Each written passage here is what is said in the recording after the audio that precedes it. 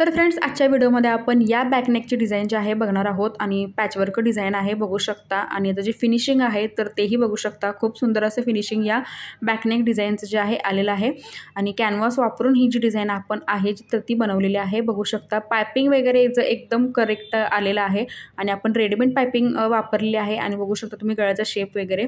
तर आता ही deep neck blouse design आहे, त्यानुसार आपल्याला इथं बॅक पार्ट जो आहे आपल्याला कटिंग करून घ्यायचा आहे। जसं की इथं मी शोल्डर जे आहे याचं 5.5 इंच घेतलं होतं, मुंडा 6 इंच घेतलेला आहे।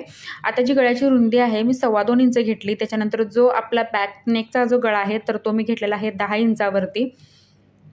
तर तुम्ही जर अजून डीप घालायला जर तुम्हाला आवडत असेल तर तुम्ही 10.5-11 इंचावरती जरी टाकला तरी चालेल। त्याच्यानंतर तुम्ही बघू शकता शेप तुम्ही बघू शकता पहिल्यांदा की आपल्याला कशा पद्धतीने जो आहे शेप द्यायचा आहे। तर मी कुठेही व्हिडिओ जो आहे जास्त स्पीड जे आहे व्हिडिओचं वाढवलेलं नाही, कारण तुम्हालाही लक्षात यावा की जो शेप आहे आपण इथं कसा दिलेला आहे किंवा काय।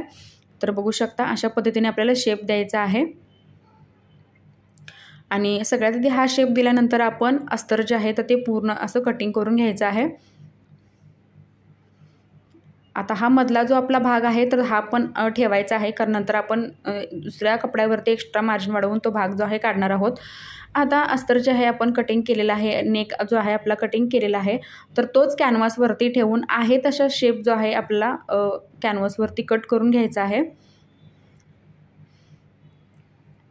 आता साईडला जे आहे आपण इथं 1.5 किंवा 2 इंच घेऊ शकता आणि आहे त्या शेपनुसार मी इथं कॅनव्हाससुद्धा मी कट करून घेतलेला आहे। त्याच्यानंतर दोन्ही साईडला आपल्याला काय करायचं आहे, हे जे कॅनव्हास आहे अस्तरला आपण प्रेस करून घ्यायचं आहे। अस्तरला आपल्याला हे जॉईंट करून घ्यायचं आहे। म्हणजे काय होतं बघा, कधी कधी काय होतं की आपल्याकडे एक्स्ट्रा अस्तर वगैरे राहत नाही, शिल्लक उरत नाही, तर त्यामुळे आपण काय करायचं की अस्तरलाच आपण कॅनव्हास जे आहे चिटकवून घ्यायचा आहे। आता मेन कपड्यावरती सुद्धा मी हा जो पार्ट आहे बॅक पार्ट कट करून घेतला। आता अस्तरला जो आहे मी कॅनव्हास असा चिटकवून घेणार आहे, प्रेस करून घेणार आहे। तर हे बघा अशा पद्धतीने दोन्ही साईड जे आहेत अपोजिट साईड ठेवून चिटकवून घेतल्या।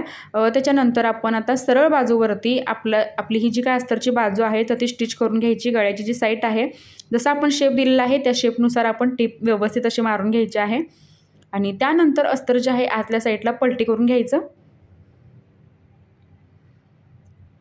तर एकदम प्रॉपर फिनिशिंग सहित जो आपण शेप दिलेला आहे त्या शेपनुसारच आपण टिप व्यवस्थित मारून घ्यायची आहे। तर हे बघा दोन्ही साईडला मी स्टिच करून घेतलं। त्याच्यानंतर अस्तर जे आहे आतल्या साईडला पूर्ण पलटी करून घ्यायचं आणि त्याच्यानंतर आपण त्याच्यावरती एक दाबटीप देणार आहोत।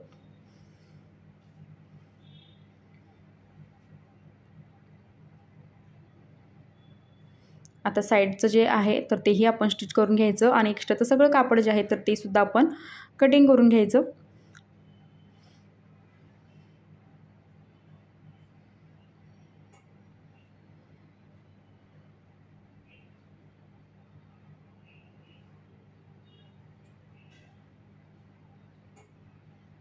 आता दोन्ही साईडचं जे एक्स्ट्राचं कापड आहे तर मी पूर्ण कटिंग करून घेतलेलं आहे।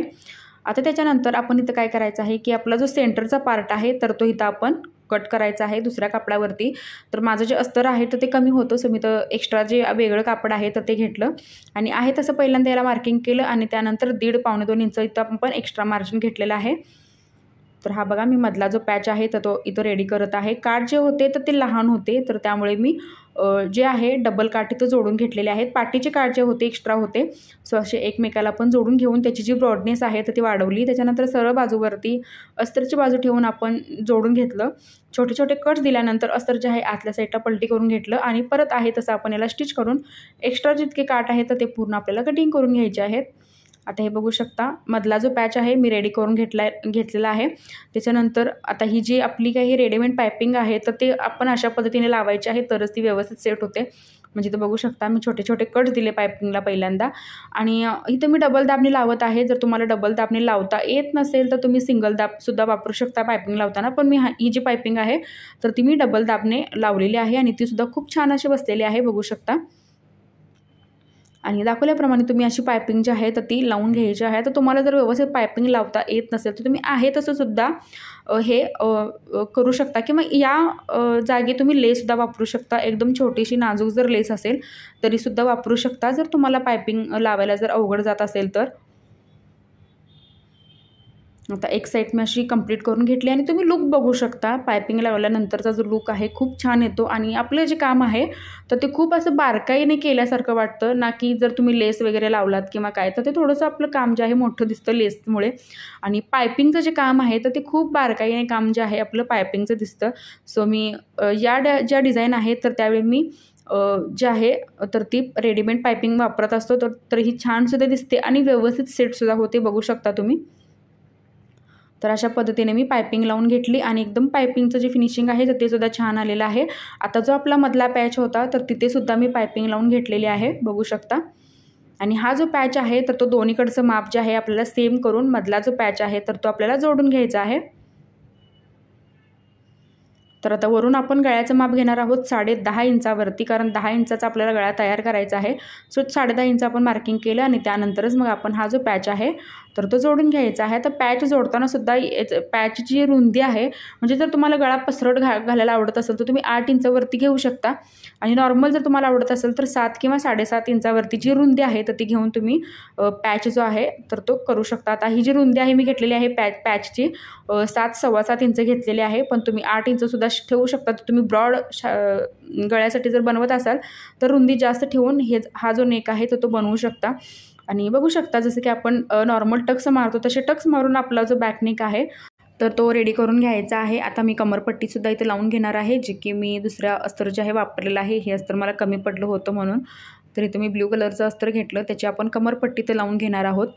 आणि कमरपट्टी लावून झाल्यानंतर आपण 2.5 किंवा 2.25 इंचावरती वरून शोल्डरपासून खाली आपल्याला नॉट्स लावून घ्यायचे आहेत. आणि मग काय आपला ब्लाऊज जो आहे रेडी होतो. तुम्ही याला लटकन जे आहेत रेडीमेड लावले तरी चालतील किंवा साडीचं जे कापड आहे थोडंसं कट करून त्याचे लटकन जर तुम्ही लावले तरीसुद्धा हा जो नेक आपला बॅक नेक आहे तो छान वाटतो. तर माझ्याकडे साडीचं कापड जे आहे त्याने दिलं नव्हतं, सो मी त्याच कलरचे जे आहे लटकन लावलेले आहेत. तर बघू शकता आता गोल्डन कलरची नॉट्स घेतलेली आहे आणि ती मी अशी 2.5 इंचावरती किंवा 2.25 इंचावरती आपण ही लावून घेऊ शकतो. तर फ्रेंड्स, आजचा व्हिडिओ तुम्हाला कसा वाटला हे कमेंटमध्ये नक्कीच सांगा. आजची डिझाईन कशी वाटली मला कमेंटमध्ये नक्कीच सांगा. तुम्हाला कमेंट येत होत्या की तुम्ही बॅक नेक जो आहे डिझाईन तुम्ही अपलोड करत नाही, तर मी अपलोड केलेला आहे आणि खूप प्रेम द्या डिझाईनला सुद्धा. आणि व्हिडिओ शेवटपर्यंत बघितल्याबद्दल अगदी मनापासून धन्यवाद.